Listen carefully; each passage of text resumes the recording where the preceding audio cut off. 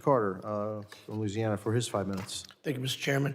Admiral Barata, let's discuss the recent boardings of oil tankers. First, I want to note that this committee has requested a classified briefing on these operations, and we haven't received one yet. I hope we can work to make that happen in the near future.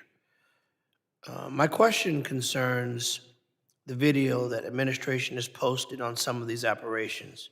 I understand it may be good PR, but I want to make sure that we're not broadcasting sensitive tactics or the identities of our special operators to our enemies, putting them in harm's way. Is the Coast Guard being given the opportunity to review and, if necessary, redact or block any of these videos before they're shared with the world? Ranking Member, good morning.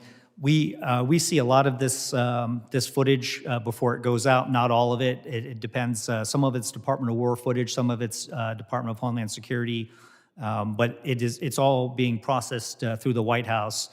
I think they are taking a close look at protecting the identity and the tactics that our teams use. And I think the best way to do that, obviously, is to have you guys involved. I won't put you in the middle of that, but Mr. Chairman, I would ask that we, where possible, request that the administration has heightened sensitivity of the protection of our men and women who are carrying out these highly sensitive operations, just to be sure that in our haste to bring public awareness, that we don't put our servicemen and women in harm's way.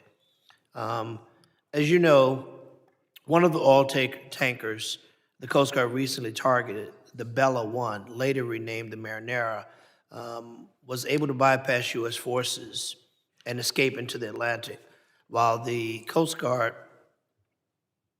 pursued it.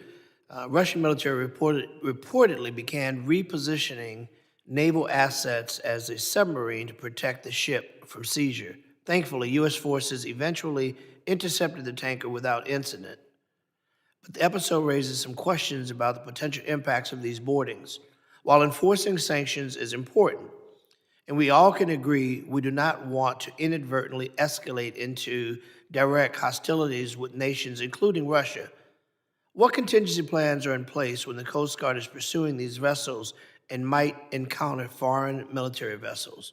What are the rules of engagement your forces are operating under?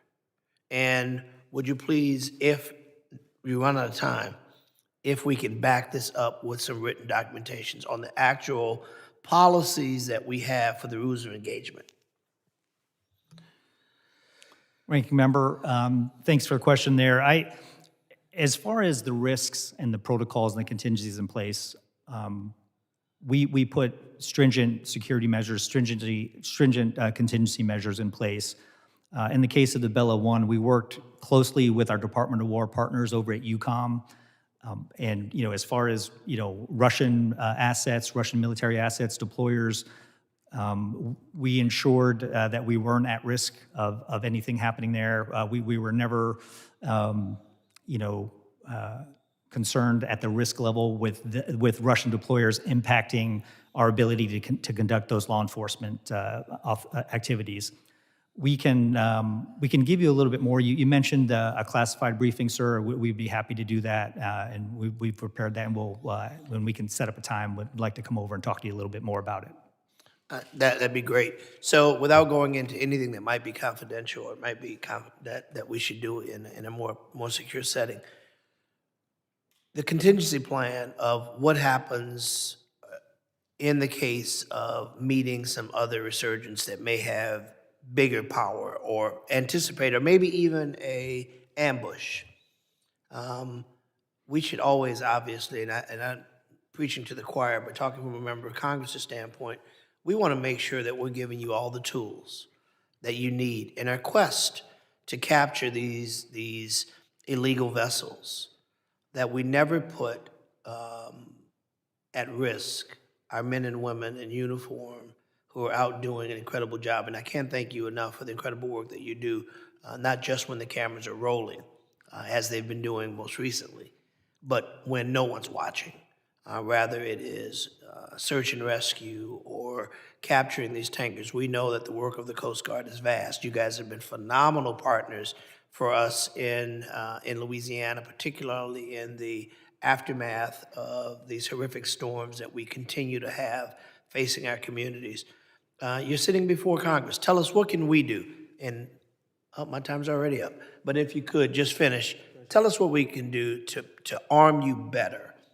If you had a magic wand that you could wave today, recognizing that this committee, particularly this one in a bipartisan vein, wants to give you the tools that you need to carry out your function safely. Ranking member, I think the number one thing that you can continue to give us is resources. I think under the Reconciliation Act, we've tried to get after some of the things that Ms. McLeod highlighted, assets. What we need on an annual basis is the OE money, the operating funds, to hire more personnel to operate these ships, to do our deployable specialized forces missions, and also sustain those assets as we move forward. We really appreciate your support. Thank you, Rear Admiral. Gentleman's time has expired. I now recognize the gentleman